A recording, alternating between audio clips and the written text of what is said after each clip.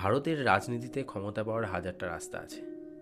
কেউ জন্ম থেকেই রাজনীতিবিদ, কেউ বছরের পর বছর সংগ্রাম করে উঠে আসছেন, আর কেউ মানুষের ইমোশন হয়ে উঠছেন। একটা সময় এই মানুষটাকে বলা হতো আন্ডার রেটেড অ্যাক্টর, কিন্তু আজ সেই মানুষটাই পুরো রাজ্যের সবচেয়ে পাওয়ারফুল চেয়ারে বসে আছে। আর চারিদিকে জনসমুদ্র একটাই কথা বলছে, সিএম সিএম সিএম। কিন্তু এই যে জার্নিটা, এটা এতটা সহজ ছিল না। তার সামনে ছিলেন এমন একজন নেতা যিনি বছরের পর বছর তামিল রাজনীতিকে কন্ট্রোল করে আসছেন।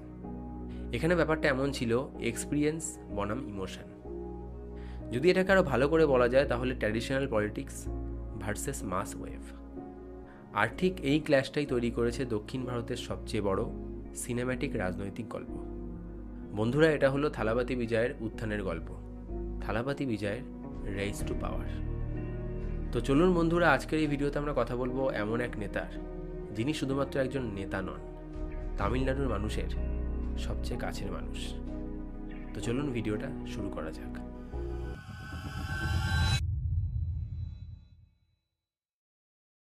উনিশশো সালের 22 জুন তামিলনাড়ুর এক সিনেমা পরিবারে জন্ম নেন জোসেফ বিজয় চন্দ্রশেখর। তার বাবা ছিলেন একজন পরিচালক যার নাম হলো S.A. চন্দ্রশেখর, আর তার মা ছিলেন একজন গায়িকা যার নাম শোভা। মানে বুঝতেই পারছেন, সিনেমা ছিল তার রক্তে। কিন্তু এখানে একটা সমস্যা ছিল, স্টার কিডকে সুযোগ তো সবাই দিতে পারে, কিন্তু মানুষের মনে যে ভালোবাসা সেটাকে অর্জন করে নিতে হয়। আর বিজয়ের যে জার্নি, সেটা কিন্তু শুরু থেকেই সহজ ছিল না। আজকের দিনে যাকে মানুষ থালাপাতি বলে ডাকে, একসময় তাকে নিয়ে হাসাহাসি করা হতো। সবাই বলতো ও তো অ্যাক্টিং পারে না, ওর কোনো স্ক্রিন প্রেজেন্সই নেই, এই ছেলে জীবনেও সুপারস্টার হতেই পারবে না। আজকের মতো যদি সেই সময়ও সোশ্যাল মিডিয়ার এরা থাকতো, তাহলে থালাপাতি বিজয়কে নিয়ে রোজ মিমস বানানো হতো। কিন্তু বিজয়ের সবচেয়ে ডেঞ্জারাস কোয়ালিটি কী ছিল জানো? তিনি পাবলিকালি কখনো রিয়াক্ট করতেন না। তিনি চুপচাপ নিজের কাজ করতেন এবং নিজেকে ইমপ্রুভ করার চেষ্টা করতেন। আর তার যেই কোয়ালিটি, সেটাই কিন্তু আজকে তাকে এই জায়গায় নিয়ে এসছে। এরপর দক্ষিণ ভারত দেখলো এক ফিনোমেনন। বিজয় কিন্তু সেই সময় শুধু সিনেমা করছিলেন না, তিনি মানুষের ফ্রাস্ট্রেশনে ভাষা হয়ে উঠেছিলেন। মানুষ সেই সময় খোলাখুলি যেটা বলতে চাইতো, বিজয় সেটা তার সিনেমার মাধ্যমে বলে দেখাতো। তার সিনেমায় ছিল সিস্টেমের বিরুদ্ধে রাগ, দুর্নীতির বিরুদ্ধে চ্যালেঞ্জ, আর সাধারণ মানুষের যে রিভেঞ্জ, সেটার ফ্যান্টাসি। আর ধীরে ধীরে বিজয় এই নামটা বদলে গেল। মানুষ তাকে ডাকতে শুরু করলো থালাপাতি। থালাপাতি নামের মানে হলো কমান্ডার। আর এটা কোনো টাইটেল ছিল না, এটা ছিল ইমোশন। তামিলনাড়ু এমন এক জায়গা যেখানে সিনেমা আর রাজনীতি বহু বছর ধরে একে অপরের শ্যাডো হিসেবে কাজ করছে। এরপর এডাপট্টি কে পালানিস্বামীকে ক্ষমতার থেকে সরিয়ে ক্ষমতার কেন্দ্রে উঠে আসেন M.K. Stalin, chief minister of Tamil Nadu. পুরো তামিলনাড়ুর মানুষ এটা জানে যে M.K. স্ট্যালিন একজন পাওয়ারফুল স্ট্র্যাটেজিস্ট এবং একজন এক্সপিরিয়েন্স পলিটিশিয়ান। DMK সংগঠন ছিল বিশাল, আর তাদের গ্রাউন্ড লেভেল কন্ট্রোল অসাধারণ ছিল। অনেকেই এটা ভাবতো যে স্ট্যালিনের সামনে নতুন কেউ দাঁড়াতেই পারবে না। কিন্তু সেই সময়েই ধীরে ধীরে তৈরি হচ্ছিল এক নতুন ওয়েভ। এরপর সামনে আসে থালাপাতি বিজয়, একজন তামিল অ্যাক্টর এবং পলিটিশিয়ান। আর যখনই তামিলনাড়ুর মানুষ এটা জানতে পারে যে বিজয় পলিটিক্সে আসছেন, তখন তাদের মধ্যে যে উচ্ছ্বাস, সেটা দেখার মতো ছিল। তারপর এলো সেই অ্যানাউন্সমেন্ট যেটা পুরো দক্ষিণ ভারতকে শক করে দিল, এবং বিজয় থালাপাতি অফিসিয়ালি পলিটিক্সে এন্ট্রি নিলেন। এতদিন যে সিনেমার ডায়লগ ছিল, সেটা পলিটিক্যালি স্পিচেস হয়ে গেল। তিনি কথা বললেন শিক্ষা, রাজনীতি এবং দুর্নীতির বিরুদ্ধে যুদ্ধ, এবং নিউ জেনারেশনের ফিউচার নিয়ে।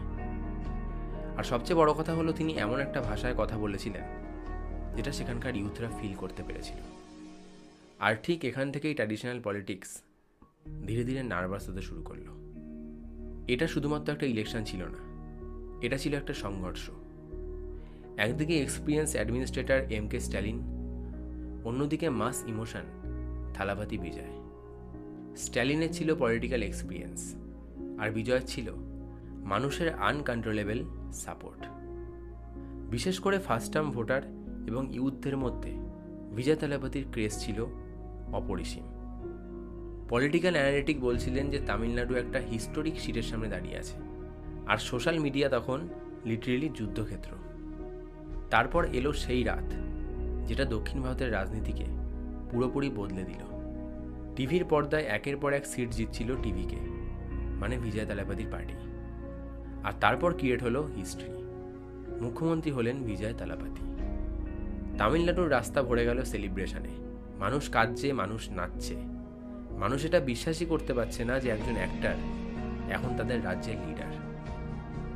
এটা কিন্তু শুধুমাত্র একটা রাজনৈতিক বিক্রি ছিল না, এটা ছিল একটা ইমোশনাল এক্সপ্লোশন। কিন্তু তারপর শুরু হলো আসল সিনেমা।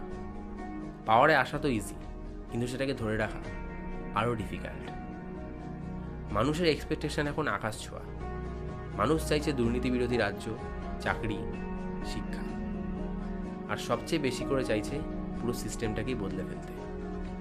আর অপোজিশন এখন অপেক্ষা করছেন মুখ্যমন্ত্রীর ভুল ধরার। আর বিশেষ করে স্ট্যালিনের যে ক্যাম্প, সেটা কিন্তু এখনও খুবই পাওয়ারফুল। কারণ পলিটিক্সে ডিফেট মানে তো সব কিছু শেষ নয়। তাই বিজয়ের সামনে এখন আরও বড় পরীক্ষা।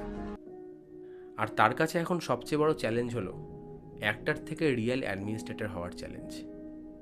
আজকে থালাপতি বিজয় শুধুমাত্র একজন অ্যাক্টর নন, তিনি একজন পলিটিক্যাল সিম্বল। কেউ তাকে দক্ষিণ ভারতের ফিউচার বলছেন, কেউ বলছেন এই হাইপ বেশি দিন টিকবেই না।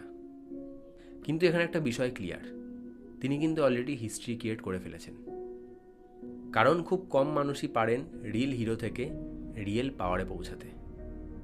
আর ঠিক সেই কারণেই থালাপতি বিজয়ের স্টোরি এখন শুধুমাত্র একটা সিনেমা স্টোরি নয়, এটা ইমোশন, এটা পাওয়ার, এটা হিস্ট্রি। এখন প্রশ্ন হচ্ছে যে থালাপতি বিজয় কি সত্যি দক্ষিণ ভারতের রাজনীতিকে পার্মানেন্টলি বদলে দেবেন? সময় দেবে সেই উত্তর। ভিডিওটা যদি তোমার ভালো লাগে তাহলে অবশ্যই একটি লাইক করো, আর কমেন্ট করে জানাও ভিডিওটা তোমার কেমন লাগলো। তোমার মতে কি বিজয় থালাপতি সত্যি ভবিষ্যতে একজন বড় রাজনৈতিক মুখ হয়ে উঠবেন? এটাও কমেন্ট করে অবশ্যই জানিও। আর এরকম ভিডিও দেখতে হলে চ্যানেলটিকে অবশ্যই সাবস্ক্রাইব করো। দেখা হচ্ছে নতুন কোনো ভিডিওতে।